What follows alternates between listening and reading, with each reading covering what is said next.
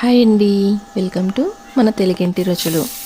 ఇవాళ ఈ వీడియోలో మనకి సాయంత్రం పూట ఎప్పుడైనా వేడివేడిగా ఏదైనా తినాలనిపించినప్పుడు నిమిషాల్లో చేసుకుని, అలాగే డీప్ ఫ్రై లేకుండా తక్కువ నూనెతోటి అన్నీ ఇంట్లో ఉండే వాటితోటి చేసుకుని ఒక సింపుల్ టేస్టీ ఈవినింగ్ స్నాక్ని అయితే నేను మీకు ఇక్కడ చేసి చూపిస్తానండి.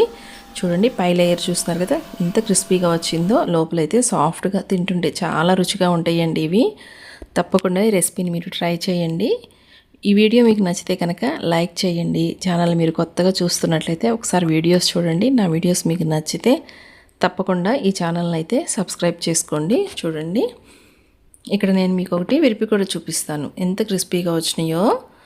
ఇక్కడైతే నేను వీటిని ఒక 2 స్పూన్లు నూనెతో అలాగా ఫ్రై చేశానండి. మీకు కావాలంటే వీటిని డీప్ ఫ్రై అయినా చేసుకోవచ్చు. చూడండి, ఇలాగ తింటుంటే చాలా టేస్టీగా ఉంటాయండి. వేడివేడిగా తిని చూడండి ఎంత కమ్మగా ఉంటాయో. ఇక ప్రాసెస్ చూపిస్తాను. ఫస్ట్ దీనికోసం అయితే సన్నగా కట్ చేసుకున్న ఒక 2 కప్పుల నిండుగా ఉల్లిపాయ ముక్కలు వేసానండి. అలాగే ఒక 2 కప్పుల నిండుగా సొరకాయ తురుము.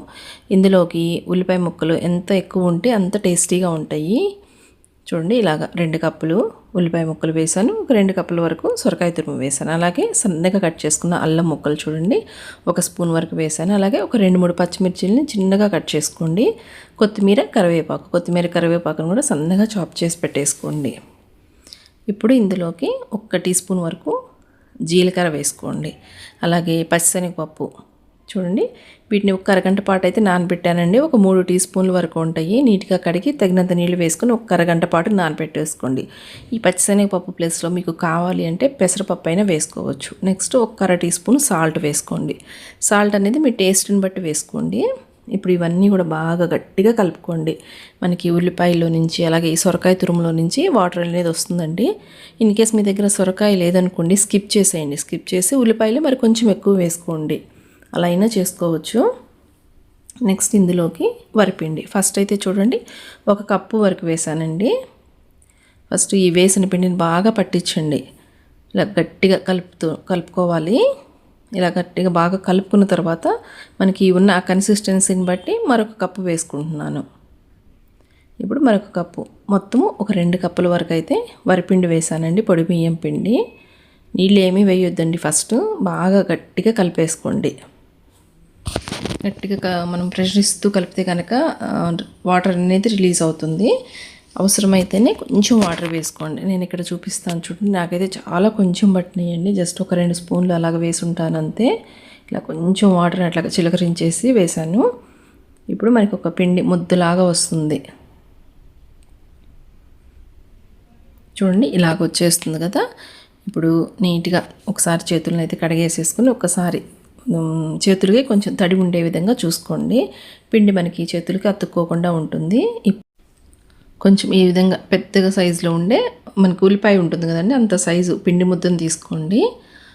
ఒక క్లాత్ తీసుకోండి. క్లాత్ను కూడా కొంచెం తడి చేసి పెట్టేసుకోండి. ఆ విధంగా ఇలా తడి పెట్టేసుకుంటే మీకు పిండి అనేది క్లాత్కి అతుక్కోకుండా ఉంటుంది. అలాగే మధ్య మధ్యలో మీకు చేతులు కనుక ఏదైనా పిండి అతుక్కున్నట్లుంటే కొంచెం తడి అలాగ రాసేసుకోండి.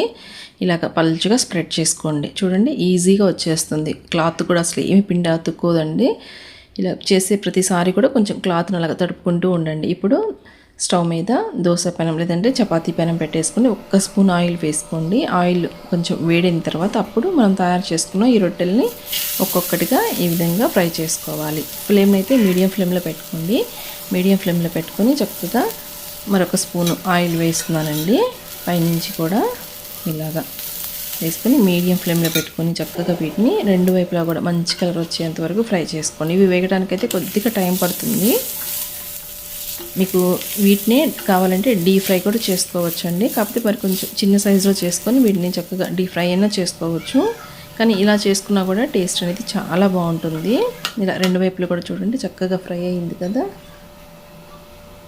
ఇలా అన్నిటిని కూడా ఇదే విధంగా చక్కగా ఫ్రై చేసుకోండి. ఇంతేనండి, మనకి అప్పటికప్పుడు చేసుకునే బియ్యం పిండితో చేసే ఈవినింగ్ స్నాక్ అయితే రెడీ అయిపోయింది. తప్పకుండా ట్రై చేయండి.